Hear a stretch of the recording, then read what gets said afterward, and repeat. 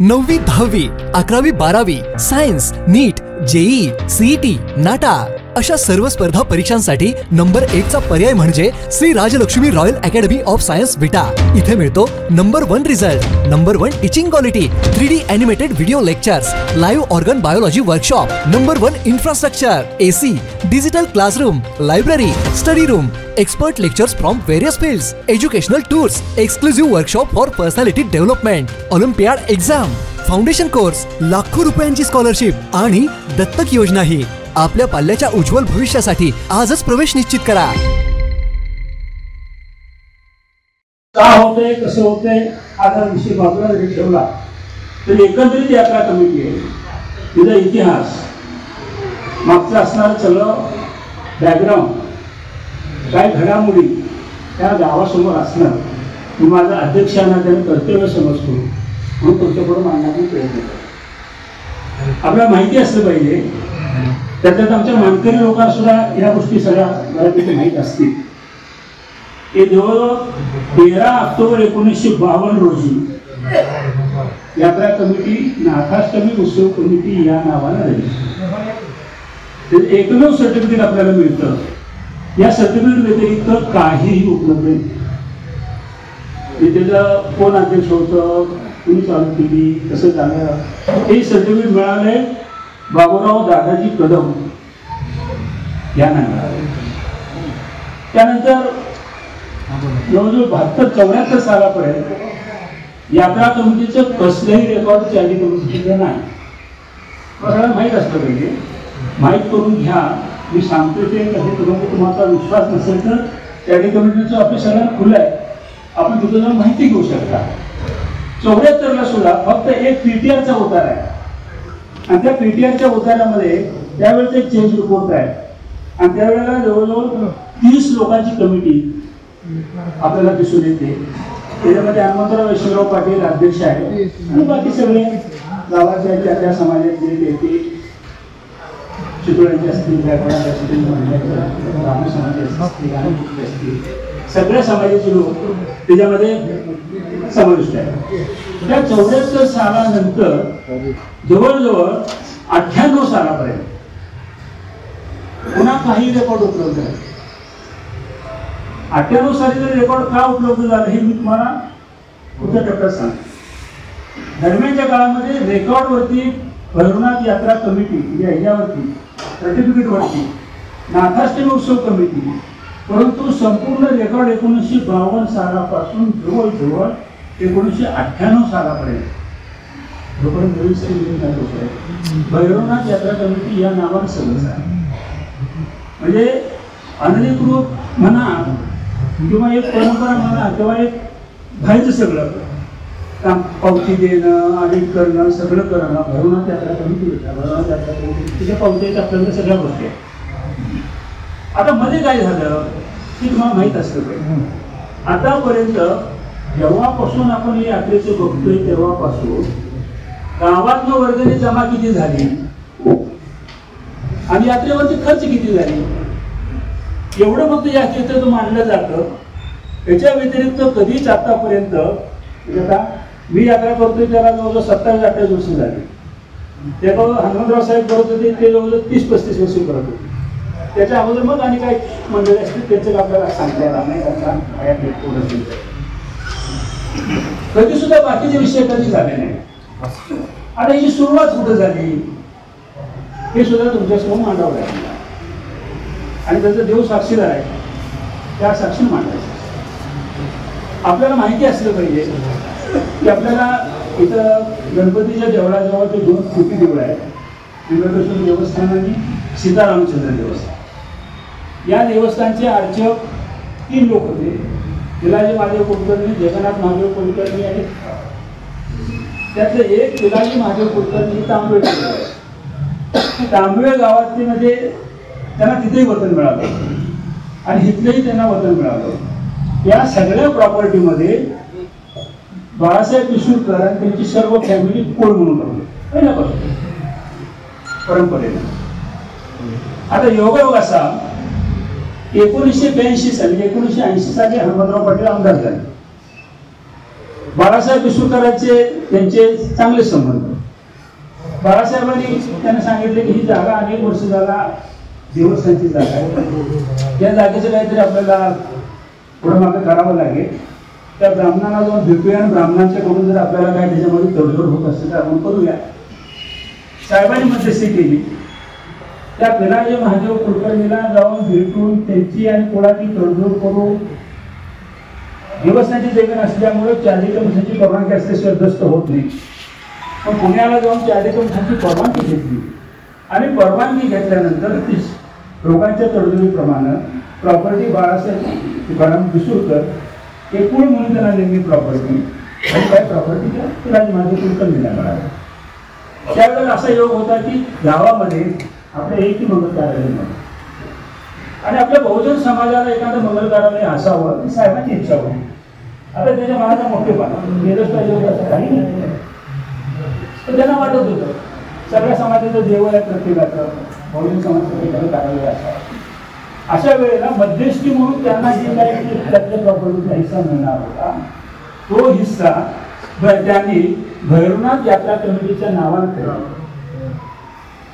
वास्तविक केला नसतं चाललं असतं, काय त्याला काय प्रश्न निर्माण झाला नसता. उलट आमच्यासारख्या पोराबाळाचं आणि खूप कल्याण झालं असतं.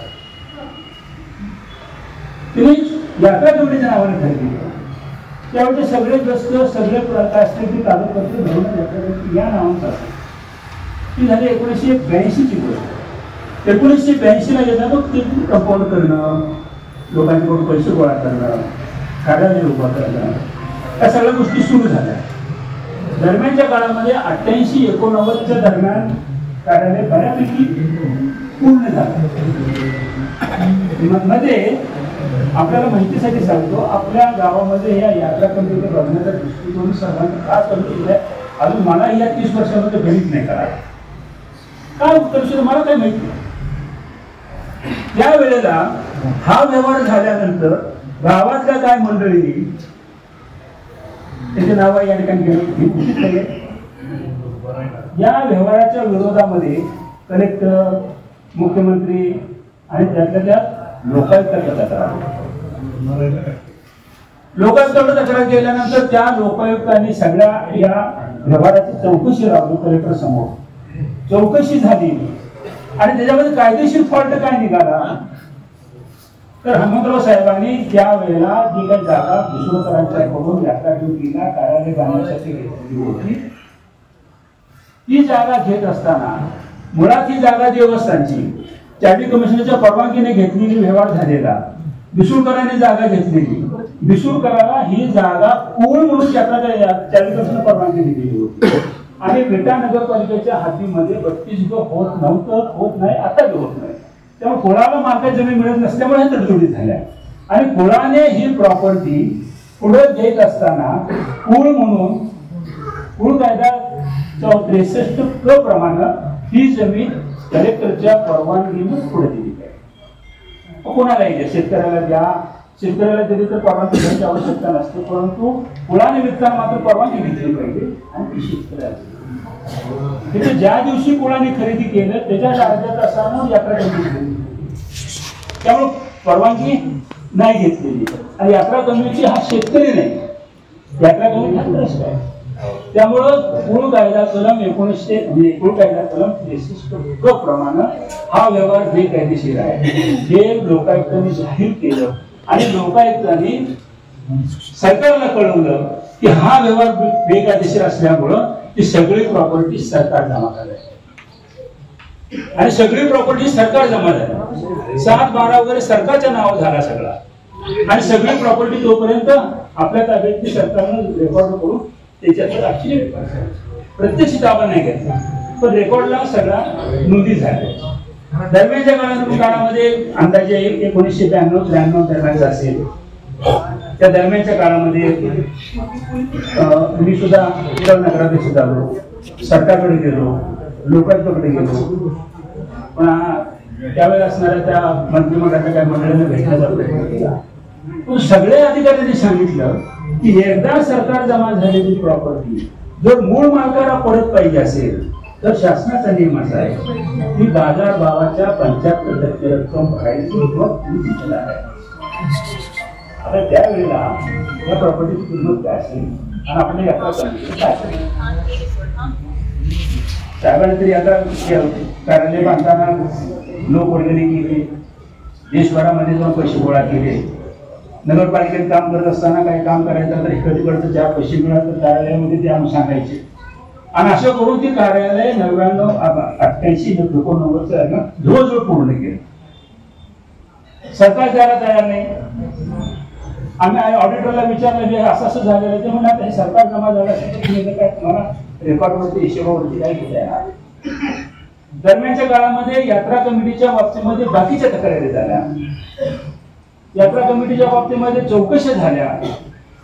चार्डी कमिशनरनं चौकशी केली आणि चार्डी कमिशनरनं चौकशी केल्यानंतर चार्डी कमिशनरनं हुकूम केला की ह्या यात्रा कमिटीकडे आतापर्यंत कुठल्याही पद्धतीची स्कीम नाही, तर ही पहिल्यांदा स्कीम बनवून घ्या. ही चार्डी कमिशनरचा आदेश. स्कीम बनवा म्हणजे तुमचं घटना, नियम, उद्देश, तुम्ही कसं करणार, काय चालवणार, बैठक कधी घेणार, कशा पद्धतीने तुमचं कामकाज असेल, अध्यक्ष कोण असावा, उपाध्यक्ष कोण असावा, आणि ती स्कीम आपण 1998 ला करून घेतली. हे मॉडेल बायलॉज, जसं सहकारी कोऑपरेटिव्ह संस्थेचे मॉडेल बायलॉज असतात तसं हे मॉडेल बायलॉज हे आपण स्वीकारलं. आणि 98 पासून नाथाष्टमी उत्सव कमिटी या नावाने सगळं रेकॉर्ड करायला सुरुवात केली. त्या अगोदर झालेले सगळे व्यवहार किंवा काय असेल ते भरनाथ यात्रा कमिटी या नावाने सुरू. 98 नंतर पुन्हा आम्ही सरकारचं मागं लागलो, आम्हाला कोणी दाद दिली. दरम्यानच्या काळामध्ये 2004ला या नाथबाबाच्या कृपेने तुमच्या सहकार्याने मी तेवढा आमदार झालो. आणि आमदार झाल्यानंतर 98 साहेब आले, मला माहिती असावं त्याच्याबद्दल सगळा कारभार साहेब बघत होते. आपण 96ला मी यात्रा कमिटीचं कामकाज बघायला सुरुवात केली. साहेबांच्या पायाला लागल्यानंतर फिरायला सुरुवात केली आणि 98 पासून पूर्णपणे मी बघायला लागलो. त्यावेळेला 2004 साली मी आमदार झाल्यानंतर पहिल्यांदा मी काय काय सांगितलं असेल, मग त्यावेळेला मुख्यमंत्री विलासराव देशमुख होते की हे सगळं साहेब झालेलं आहे आमच्यातनं उद्दिष्ट याच्यामध्ये माहिती असेल कारण की यात्रा कमिटी, देवस्थान, नाथबाबा हे काय पैसे मिळवायचे ठिकाण नाही. आमच्यातनं झालेलं आहे ना, काहीतरी करून ही सगळी प्रॉपर्टी आम्हाला दिली पाहिजे. आणि माझा तुम्हाला आग्रह आहे, अधिकारी सगळे बोलून अधिकाऱ्यांच्या समोर चर्चा झाली, काय करता येईल म्हणजे ह्यांना आपल्याला हे देता येईल प्रॉपर्टी. अधिकाऱ्यांनी नेम सांगितला की अशा अशा पद्धतीनं 75% रक्कम भरली तरच तुम्हाला परत देता येणार नाही. त्यावेळेला मुख्यमंत्र्यांनी सांगितलं काही करून ही प्रॉपर्टी याच ट्रस्टला आपल्याला परत द्यायचे मार्ग काढा. मग त्यानंतर मग महसूल विभागानं कलेक्टरला सांगितलं. कलेक्टर इथं आले. कलेक्टर जवळ बाळ पळसोळ कलेक्टर होते, श्रीधर पळसोळे, त्यांच्यावर चर्चा झाली. काय केल्यानंतर ही विना मोबदला प्रॉपर्टी आपली परत घेता येईल. आणि मग त्यावेळेला विषय असा झाला की तुम्ही काही अधिकाऱ्यांनी आपल्याला सुचवलं की यामध्ये काय काय करता तुम्ही. बाजूला मग बरी शाळा भरली, तो सभागृहाचा हॉल होता आणि पलीकडच्या बाजूला साहेबांच्या समाधीचं जेवणाचं काम चालू आहे. ते 15 गुंठ क्षेत्र मोकळं होतं. तिने आपल्याला असं सुचवलं की याच्यामध्ये तुम्हाला जर एक गोष्ट करताना शक्य आहे बघा, या सगळ्या शैक्षणिक कारणासाठी आणि ते कार्यालय आपण भक्त निवास म्हणून वापरतोय असं जर आपण तुम्ही आम्हाला अफिडेव्हिट करून दिलं तर त्यातनं त्याचे मार्ग होता. आणि मग 20 गुंठे जागा, 49 गुंठे जागा, 20 गुंठे जागा मुख्यमंत्री शाळा, 10 गुंठे जागा कार्यालयाची इमारत म्हणून, आणि 15 गुंठे पलीकडची जागा आहे ती मोकळी जागा आहे. ती काय पुन्हा देता येणार नाही, ती तुम्हाला परत देता येणार नाही, कारण का तिथं मोकळी जागा आहे, तिथं काय तुम्ही बांधकाम वगैरे काय केलेलं नाही. अशा पद्धतीने त्यांच्यासमोर चर्चा झाली. आणि ती चर्चा झाल्यानंतर त्यांनी तसा प्रस्ताव पाठवला आणि मग महाराष्ट्र सरकारनं आपल्याला ऑर्डर करून दिली. ही ऑर्डर झाली. 20 गुंठे जागा मंगल कार्यालय आपल्या इथे मुख्यमंत्री शाळा, म्हणून मुख्यमंत्री शाळेला नव्हे भैरवनाथ यात्रा कमिटीलाच देण्यात यावी. हा गैरसमज करून त्यापासून डोक्यात आहे. फक्त मुख्यमंत्री शाळा वापरते म्हणून विना मोबदला आणि दर आकारणी न करता 10 गुंठे जागा भक्त निवास आहे म्हणून 10 गुंठे जागा, अशी 30 गुंठे जागा आपल्याला दिली. आणि 15 गुंठ्यात त्यांनी सांगितले की तुम्ही तिथे शाळेला वापरता तर त्या शाळेसाठी 30 वर्षी भाडेपट्ट्यानं 23,000 रुपये वर्षाचं भाडं आणि सरकार म्हणून नाव आहे. इतर आता तुमचं राहील, बाकी सरकार म्हणून. आता आपल्याला काहीच नाही तर सरकारला विनंती केली काय बी करा हे द्या तसं द्या तसं द्या आणि मग त्या पद्धतीने ऑर्डर झाली. कलेक्टरेट हुकूम झाला त्यामुळे सगळे 7 वारा तयार झाले. आता भरूनाथ यात्रा कमिटीच्या नावानं 30 गुंठे क्षेत्र आपल्याला 7 वाराला आहे. पलीकडच्या बाजूला आपल्याला महाराष्ट्र सरकार 15 गुंठ पलीकडे माझ्याकडे वाढवलं. ही आताची माहितीसाठी तुम्हाला सांगितलं. बऱ्याच वेळेला काय होते की कार्यालय म्हणजे काय केले पुन्हा कोणी केले कसे केले काय केले बहुतांशी मी तुम्हाला सगळ्यांना सांगतो 90% तुम्हाला सगळ्यांना माहिती असलं पाहिजे. त्यामुळे 100% सगळ्यांना माहिती असलं पाहिजे की भरूनाथ यात्रा कमिटीच्या पैशातनं कार्यालयासाठी काहीही खर्च केलेला नाही. हे सगळं लोकवर्गणी काय मिळतील पैसे बाहेरनं आणि देशभरामध्ये आपण पहिले जाऊन साहेबांनी सगळं उभा केलेलं आहे कार्यालय. आता विषय येतो 88-89 कार्यालय पूर्ण झालं. मधल्या काळात काय उत्पन्नाचे काय त्यात दुसरा एक विषय चर्चेला मुद्दा मिळते येतो माझ्या समोर की आपण तालमीची जागा ती आपल्याला त्या लाटकरांनी बक्षीस दिलेली जागा तालीम बांधण्यासाठी ती तालमीची जागा सुद्धा मधल्या त्या 13 साली आपण विचार असा केला होता.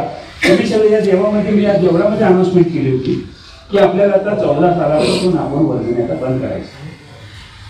वर्गणी बंद करायची काय करायचं होतं 1 कोटी रुपये आपण यातून जमा करायचे. 1 कोटी रुपयाला ती जागा द्यायची. 1-2 कोटी रुपये बँकेत ठेवायचे आणि त्यातून आपल्या अशी यात्रा वर्गणी न करता आपल्याला यात्रा करता येईल. गाव मोठं झालेलं आहे. जे काय होते आता माणसं थकली माणसं सगळी फिरायला 15-15 दिवस इतकं सोपं नाही आहे. अशा वेळेला सरकारला विचार आला की आता हे किती दिवस चालवणार. मी परवा तुम्हाला सांगितलं की या गावातल्या 50% लोकांना नाताचं देवळ कुठाही माहीत नाही. ती जबाबदारी बोलतो 50% लोकांना माझं माहित नाही की नात्या देवळ कुठं हे ते ती घरं बांधते ती कॉलनी करते ती शाळा कॉलेज करते ती नोकऱ्या करते ती देवळ कुठं आहे देवाला यावं हा गावचा देव आहे कोणत्याचं देव 50% लोकांना माहित नाही. अशा प्राप्त परिस्थितीमध्ये नाताचे पुस्तक घेऊन गेल्यानंतर ठीक आहे की तुमच्या आमच्या सरकारने पैसे देतील राजकारणात पैसे देतील परंतु देवावरती श्रद्धा ठेवून हे पक्ष देणारे माणसं किती आहेत. आम्ही फोडा तुम्ही फोडा देतील माणसं पैसे पण देवा माझे भक्त आहे देवाला द्यायचं आहे किती माणसं फोडा आहे म्हणून आपण तो विचार केला होता. पण त्याच्यात मी तक्रार झाली ते मी व्यवहार आम्ही लगेच 1-2 ह्याच्यामध्ये कॅन्सल केला. त्याच्यावर तक्रार चालू आहे. आमच्या डोक्यात होती की परवानगी घेऊन तू पुन्हा व्यवहार करायला 1 कोटी रुपये आपण काय ते पैसे गोळा करून कोटी रुपये जमले हा त्याचा उद्देश होता. तो राहिला बाजूला. इथं काय झालं इतक्या वर्षी यात्रा कमिटी कार्यालय चालू होते कशी होते मी तुम्हाला सांगितलं 2008 सालापर्यंत काय हिशोबच ठेवला नाही आपण. परंतु एक लक्षात घ्या मी 1998ला यात्रा कमिटी ताब्यात घेतल्यापासून मी फक्त कामे केलेली हाताचं बटन मोजलं. पलीकडची जागा आहे पेडकराची जागा. हनुमंतराव साहेबांनी फक्त त्या पेडकराच्या जागेचं खरेदीपत्र केलं. मी आल्यानंतर की खालचा मजला वरचा मजला ज्ञानप्रसाद मंडळाच्यासाठी सगळं बनवलं गेलं. मूर्ती फक्त ज्ञानप्रसाद मंडळाचे आहे सगळं काम आपण यात्रा कमिटी केली. ज्या देवळामध्ये ज्या देवळामध्ये आपण बसलोय 1932 साली बांधकाम केलेलं देवळ आहे. या देवळामध्ये आपल्याला माहिती आहे की साधा या ठिकाणी एक छोटासा गाभारा होता आणि त्याच्यामध्ये दगडाची मूर्ती होती. 3 ठिकाणी भंग पावलं. अनेक लोकांनी सांगितलं की सगळ्याच्या हितासाठी आपण या ठिकाणी मूर्ती बदलूया. आपण ज्यावेळेला अनेक लोकांच्या संघाचा सल्ला घेतला भंग पावलेली मूर्ती ठेवायची नाही. आपण निर्णय घेतला काय लोकांना मग बोटं मोडल्या तर यांचं भाग वाटलं होणार आणि मूर्ती बदलायला निघाली म्हणलं काय आमची वय आणि आपण 2004ला मूर्ती बदलली. नेपाळमध्ये गंडकी नदीमधनं दगड आणला आणि त्याच्या दगडाची मूर्ती बनवली पंढरपूरला. हे सगळं आहे ते गोपाळपूरनं दगड आणलाय आणि वरती आपण गाभारा बांधलेला. हे सगळे ग्रिल काढून नवीन बसवले. हे सगळी फरशी काढली नवीन बसवली. दरवेळेला 400 कौलं बदलायला लागायची माकडाकडे. सगळी कौलं काढली सगळा पत्रा बसवला. सगळी रंगरंगोटी केली. ते हालत होतं पापा सगळं आपण ते ओढून बांधून घेतलं सर या सगळ्या गोष्टी सगळा खर्च आपण यात्रा समितीला होते. त्यामुळे पुण्याला विचारायला कुठलं बांधताय, कुठलं पैसे किती, काय करताय, काय. मी नगराध्यक्ष असताना आपल्याला माहिती आहे आपण उभ्या पेठेचं रुंदीकरण केलं. उभ्या पेठेचं रुंदीकरण केल्यानंतर मध्ये मारुतीचं देऊळ होतं ते बरोबर मध्ये येतं. आपण त्या ढोल्यांच्या आपल्या सहकार्यानं ते सगळं देऊळ पहिलं पाडलं आणि सगळं देऊळ मागं स्वरूपात मला नवीन देऊळ बांधलं. कोणी नाही विचारलं. आपण खर्चून सिद्ध आपण खानापूर रोडला जातो. खर्चून सिद्धाचं पुढचं आपण मंडप आहे तर नगरपालिकेनं बांधलं. मागचं संपूर्ण देवळ आणि हनुमानाचं देवळ संजय तुम्ही साक्षीदार आहात.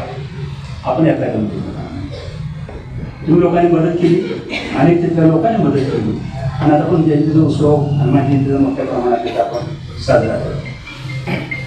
त्याच्या पुढे गेल्यानंतर आपण सुरुवातीला साहेबांना हत्ती आणलेला हत्ती गेला. आपण दुसरा हत्ती 14 लाख रुपयाचा दुर्दैवाने पुढे आपल्याला खायला नाही, पण जिथं आहे तिथं आनंद आहे. कार्यालयाचं तुम्हाला माहिती असलं पाहिजे, तुम्ही सगळे साक्षीदार. सुरुवातीला 88-89 कार्यालय बांधलं त्यावेळी सिमेंट पत्रा होता. बघा रामदास मी काय सांगतोय, आपण तो सगळा सिमेंट पत्रा बदलला आणि तिथं आता लोखंडी पत्रा आहे. कार्यालयाच्या दक्षिण बाजूला सिमेंट पत्र्याचा आपला जेवणाचा हॉल होता. तो सगळा जेवणाचा हॉल पाडला आपण आणि त्याचं संपूर्ण RCCचं बांधकाम केलं. स्वयंपाकघर मागं होतं, ते RCCचं बांधकाम करून स्वयंपाकघर पुढे गेलं. दरम्यानच्या काळामध्ये आता इथं हा एक कलाकार आवाज यायचा, आमचं मंगलाष्टक कळत नाही, तूच वर्डत होतास. आपण त्यावेळेला पैसे खर्च केले, सगळ्या कार्यालयाला सिलिंग करून देतो. A to Z सगळं सिलिंग करून देतो. कोणी विचार नाही काय झालं, कुठनं आलं, कसं करताय, काय आहे का शिल्लक. यात्रा कमिटीतले कोणी विचार नाही, गावात तिथे कोणतेच जाऊ. आता दिसायला लागलं ना मग पुन्हा वाटायला लागलं कुठं जाते, काय जाते, कुठं जाते, काय जाते. माझ्या लक्षात आलं की आपल्या गावामध्ये 14 मंगल कार्यालय आहेत. म्हणून की आम्ही नंतर शांतपणा त्या जवळजवळ 6 ते 7 देवळं आहेत. आपल्या कार्यालयाला दरम्यानच्या काळामध्ये पार्किंग नाही.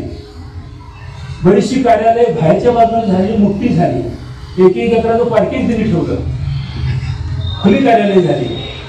अशा वेळेला आपल्याला सुपाऱ्या जास्त कमी झाल्या. मग शिवप्रताप बंद झालं, आपल्याला सुपारी कमी लागल्या, मेंटेनन्स होईना. अशा वेळेला आम्ही विचार केला की बाबा ह्याला काहीतरी आपण मार्ग काढला पाहिजे, उत्पन्नाचा स्रोत आपण तयार केला पाहिजे. म्हणून आपण ते कार्यालय भाड्याने द्यायचं. 2 वर्ष झालं आपण भाड्याने दिलेलं आहे. कार्यालयाचं सगळी इमारत भाड्याने दिलेली आहे. 50,000 रुपये भाडं आहे. भगवानला अलीकडचं ते स्वयंपाकात दिलेले 15,000 रुपये भाडं आहे. 75,000 रुपये दर महिन्याला 1 तारखेला नाथाष्टमी विश्वगुरूंच्या नावानं जवळजवळ भाड्याचे. आणि आपण याच्यातनं काट कसं करू, 5 लाख 7 लाख 10 लाख जे खातील ते त्याची आपण पावते करतो. आज जवळजवळ 38 लाख रुपये आपल्याकडे पावलेले आहेत. इथं आपण काय करतो, वर्गाने आली, हिशोब वाचला, एवढे गेले, एवढे शिल्लक राहिले, विषय संपला. परंतु या सगळ्या गोष्टी आपण आतापर्यंत करत आलो. या सगळ्या गोष्टी तुमच्याकडे कधी मांडायचा प्रयत्न झाला नाही. कोणी आता चर्चा बी नाही, कोणी विचारलं बी नाही, कोणी याच्यावरती कधी कसं चाललंय, काय चाललंय, कोणी भाग बी घेतला नाही. आणि आता उगीच महिना 2 महिना 4 महिने झाले, कुठं पैसे आले, कुठं झालं, करणं त्या कमिटी कुठली, आता उत्सव कमिटी कुठली, 2 ट्रस्ट नव्हता. 1952 सालापासून काही रेकॉर्ड उपलब्ध नाही. ते 98 आपण नवीन केल्यानंतर पासून ते सगळं ऑडिट रिपोर्ट व्यवस्थित वर्षाच्या वर्षाला ऑडिट रिपोर्ट त्याबद्दल असणारी फी आपण आता बघत आलो. आता तरी कसं तरी आपण आता शेवटच्या म्हणजे अप टू डेट रेकॉर्ड करण्यापर्यंत आलो. याच्यावर कुणाला जर काही बघायचं असलं त्या ठिकाणी आहे, माझं सांगितलेलं पटत नसलं त्या ठिकाणी ऑफिस आहे. कोणाला जर त्याची शंका वाटली, तक्रार करू वाटलं तर त्या कमिशनर आहे, जावा तक्रार करा. पण मी प्रामाणिक काम करत असताना जर अशा पद्धतीचं माझ्यापासून काय गावामध्ये लोकोपात होत असतील तर आपण त्रास होत नाही. आपण करतो प्रामाणिकपणे करत ह्याच्यात पैसे भ्रष्टाचार काय करणार. देवाचं काम मी रुपयाला हात लावतो आयुष्यात. हे अपमान ही प्रमुख ह्यांचं काम बघतात. एक रुपयाला काही हात लावतो मी कधी. पण ह्या सगळ्या गोष्टी करत असताना कोणीकडे पैसे आणतोय ही तरी कोणी विचारलं? तुम्ही तरी विचारलं का? गावात तरी कधी विचारलं? आणि उगाच तो साप म्हणून दूध उठायला लागला, मला ते आवडला नाही. हा, तुम्हाला माझ्या विरुद्ध काय असेल? राम मोकळा शहरी कमिशनरचं काम इथं देवाचं काम करतं, प्रामाणिकपणाने करतं. यावर तुम्ही कोणी शंका मात्र घेतलं मग मला त्रास होतो. म्हणून हे होता उपयोगाचं नाही. कोणाला यात्रा तुम्ही आता करणार आहे, तुम्हाला कधी अडवू? गावची यात्रा बोलवत असताना जर कुणाला वाटत असलं आम्हाला आणि तमाशा काय, राम मोकळा आहे की कधी म्हणून तू बोलायचं नाही तर मला तुझ्या कोणाची परवानगी कशाला बोलतो.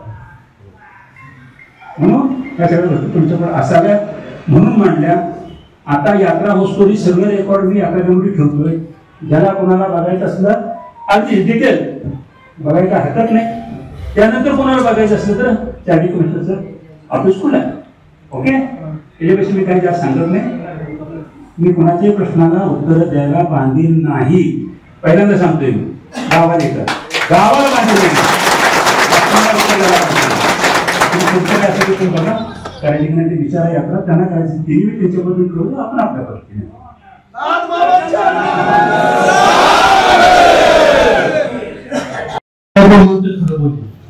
मला काय यात कुठलं राजकारण आणायचं नाही, काय नाही.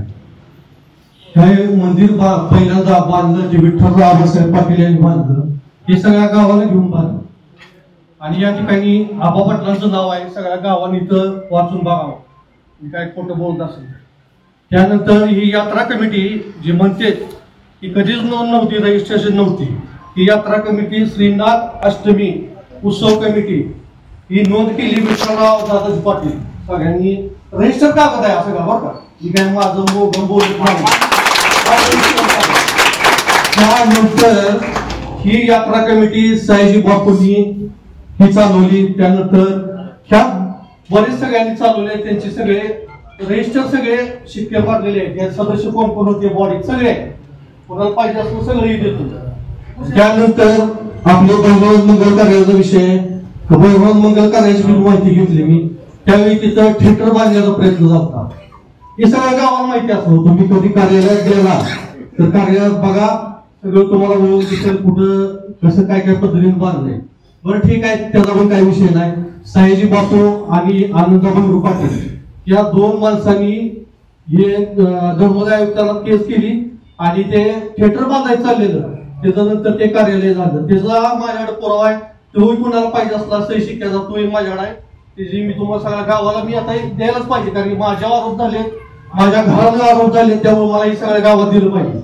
आणि मी गावाला सांगतो आज पूर्ण मी माहिती तुम्हाला देऊ शकत नाही, कारण की यात भरपूर काय काय. मी या सगळ्या गावाला ही कायदेशीर लढाई लढून त्या गावाची जमीन ही ना देवाची जमीन या देवाच्या चरणी जोपर्यंत ठेवत नाही तोपर्यंत मी गावासाठी माझं काय व्हायचं मी पण कोणाला भेटणार नाही, कारण मी बी आबा पाटलाच्या घरातून काय मी चोरीमारी करून काय करून माझं घरी चालणार नाही. माझे चुलते त्यांच्या खांद्याला आयुष्यभर ही यात्रा करते, काय कोणी एकट्याने यात्रा केली नाही. आणि गावाला आपल्या पाटलांना तुम्ही दिले ना, तर गावाला पाटलांनी सांभाळायचं असते. पाटलांनी सांभाळायचं असते गावाला. कुणी सांगायचं काय येणं दिलं ते न दिलं, अहो गावात तुम्हाला दिले, गावात तुम्ही मोठं करा की गावावर प्रश्न. ठीक आहे, मी ह्या चांगल्या पद्धतीने यात्रा करीन आणि माझी रजिस्ट्रेशन यात्रा झालेली आहे. मी सगळ्यांना नमस्कार करतो. बैलगाडी शर्यती, कुस्त्याचं मैदान, मला कुणाला भांडायचं नाही, कुणाला आरोप करायचा नाही. जे काय करायचं असेल ते मी कायदेशीर करीन. मी काय कुणाला भेटणार नाही, एवढं बोलतो.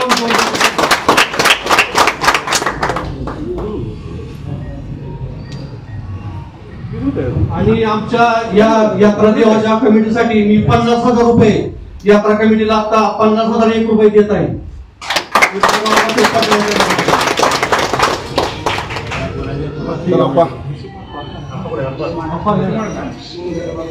कुणाला यात्रेला द्यायचं असतील फेरीला यात्रेला तर तुम्ही तिथं देऊ शकता. 11,000 रुपये या ठिकाणी यात्रा कमिटीचा मी हिशोब मांडत आहे. दोन्हीही यात्रा कमिटीचा हिशोब मांडणार आहे. श्रीनाथ उत्सव यात्रा कमिटी चैत्र शुद्ध पाडवा 2024 ते चैत्र शुद्ध पाडवा 2025 अखेरचा हिशोबपत्र यात्रा वर्गणी 21,61,510 रुपये, आरंभीची शिल्लक 720 रुपये, एकूण जमा 21,62,230 रुपये, एकंदर 21,62,230 रुपये. खर्च शोभेच्या दारूचे खाते 1,48,450 रुपये, लाईट बिल खाते 26,740 रुपये, जाहिरात खाते 26,000, ऑडिट फीस 10,000, स्टेशनरी खाते 4,000, करमणूक खाते 2,68,000, मिरवणूक खाते 95,350, देवालय खाते 1,50,500, मंडप खाते 80,000, कुस्ती खाते 6,45,000, डिपॉझिट खाते 5,00,000, हत्ती खाणे खाते 1,20,000, महाप्रसाद खाते 91,000, एकूण खर्च 21,61,040 रुपये, अखेरची शिल्लक 1,190 रुपये, एकंदर 21,62,230 रुपये. श्री गणेशाय नमः. श्री नाथ बाबा प्रसन्न यात्रा जमा वर्गणी 2024.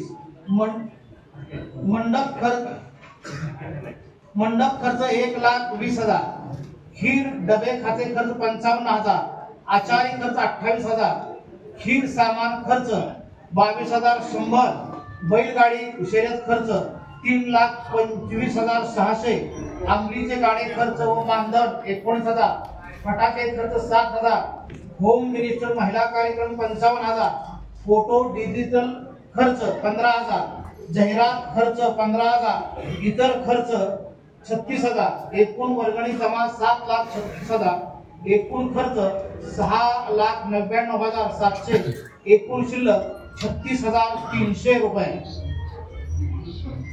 या हिशोबाला सर्वांनी मान्यता द्यावी. नाथसाहेबांच्या नावानं गावातील सर्व लोकांना मी विचारत आहे, यात्रा काढायची का?